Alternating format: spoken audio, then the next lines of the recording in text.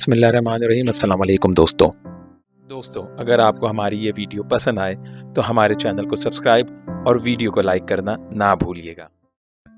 دوستو سیدنا ولید بن عقبہ جو کہ مشہور دشمن اسلام عقبہ بن ابی معیط کے صاحبزادے تھے، ان کی بہن ام کلثوم بنت عقبہ بن ابی معیط سابق الاولون میں شامل تھیں، یعنی ان لوگوں میں جو اولا نبی کریم صلی اللہ علیہ وسلم پر ایمان لائے تھے۔ ولید بن عقبہ سیدنا عثمان کے مائع بھائی تھے، کیونکہ آپ اور سیدنا عثمان کی والدہ نبی کریم صلی اللہ علیہ وسلم کی سگی پھوپھیزاد بہن عروہ بنت قریظ ابشمیہ تھیں، جو کہ نبی کریم صلی اللہ علیہ وسلم کی پھپھی ام الحکیم بیدہ بنت عبد المطلب کی بیٹی تھی۔ یوں سیدنا عثمان اور سیدنا ولید بن عقبہ دونوں نبی کریم صلی اللہ علیہ وسلم کے رشتے میں بھانجے لگتے تھے۔ ابن حجر عسقلانی نے الاصابہ میں آپ کی والدہ عروہ بنت قریظ کے ترجمے میں تصریح کی ہے کہ پہلے ان سے سیدنا عثمان کے والد عفان بن ابی العاص نے نکاح کیا تھا، جن سے عثمان اور آمنہ پیدا ہوئے۔ اس کے بعد ان سے سردار مکہ عقبہ بن ابی معیط نے نکاح کیا، جن سے ولید، عمار، خالد، ام کلثوم، ام حکیم اور ہند پیدا ہوئے۔ ان میں سے جیسا کہ ہم نے پہلے بیان کیا کہ سیدہ ام کلثوم بنت عقبہ بن ابی معیط کو سابق الاولون ہونے کا شرف حاصل ہے۔ سیدہ عروہ خود بھی مہاجرہ تھی اور مدینے میں ہی فوت ہوئی۔ انتقال کے وقت ان کی عمر 90 سال تھی اور سیدنا عثمان نے ہی اپنی والدہ کی نماز جنازہ پڑھائی تھی۔ انہی عروہ بنت قریظ کے بطن سے سیدنا ولید بن عقبہ متولد ہوئے۔ آپ صغار صحابہ میں سے تھے اور فتح مکہ کے موقع پر ایمان لائے۔ ابن حجر عسقلانی نے الاصابہ میں آپ کے ترجمے میں آپ سے متعلق متعدد روایات نقل کی ہیں اور یہ نتیجہ نکالا ہے کہ آپ فتح مکہ کے موقع پر بچے نہیں بلکہ جوان آدمی تھے، اور اس سلسلے میں اہل مغازی کے اقوال پر بھروسہ کیا ہے۔ تاہم سنن ابو داؤد کی روایت میں خود سیدنا ولید بن عقبہ سے مروی ہے کہ جب نبی کریم صلی اللہ علیہ وسلم نے مکہ فتح کر لیا تو اہل مکہ اپنے بچوں کو لے کر آپ صلی اللہ علیہ وسلم کی خدمت میں حاضر ہوئے۔ جو بھی بچہ لائے جاتا آپ صلی اللہ علیہ وسلم اس کے سر پر شفقت سے ہاتھ پھیرتے۔ انہی بچوں میں بھی سالت میں آپ صلی اللہ علیہ وسلم کی خدمت میں لایا گیا کہ میرے سر پر رنگدار خوشبو لگی ہوئی تھی، اسی سبب آپ صلی اللہ علیہ وسلم نے میرے سر پر ہاتھ نہ پھیرا۔ قاضی ابو بکر ابن العربی مالکی نے بھی اس موقف کو راجح قرار دے کر اسی روایت کو مسند احمد کے حوالے سے اپنی کتاب العواصم من القواسم میں نقل کیا ہے کہ آپ صلی اللہ علیہ وسلم نے دیگر بچوں کے ساتھ ولید بن عقبہ کو بھی برکت کی دعا دی۔ ابن حجر عسقلانی نے اپنی کتاب تقریب التہذیب میں ولید سے متعلق لکھا ہے کہ آپ کو صحبت نبی نصیب ہوئی اور آپ سیدنا معاویہ کی خلافت تک زندہ رہے۔ علامہ محب الدین خطیب مصری نے تبری کے حوالے سے العواصم من القواسم میں آپ سے متعلق لکھا ہے کہ سیدنا ولید بن عقبہ کی تمام تر تربیت سیدنا ابو بکر صدیق کے زیر نگرانی ہوئی اور آپ کی حیثیت بارگاہ صدیقی میں وہی تھی جو سیدنا عبداللہ بن عباس کی سیدنا عمر کے ہاں تھی کہ باوجود صغر سنی اور نو عمری اکابر صحابہ کی مجلس میں بار اور رسائی۔ سیدنا ابو بکر صدیق نے جو پہلی خدمت سیدنا ولید سے لی وہ فوجی خط و کتابت تھی، جو بصیغہ راز سیدنا ابو بکر اور ان کے سپہ سالار اعظم سیدنا خالد بن ولید کے درمیان ہوا کرتی تھی۔ اس کے بعد ولید کو عہد صدیقی میں سالار عسکر یعنی چیف آف آرمی اسٹاف سیدنا ایاد بن غنم فہری کی مددگار کی حیثیت سے بھیجا گیا۔ پھر 13 ہجری میں قبیلہ قزاع کے صدقات کی وصولی کے لیے بھی بھیجے گئے۔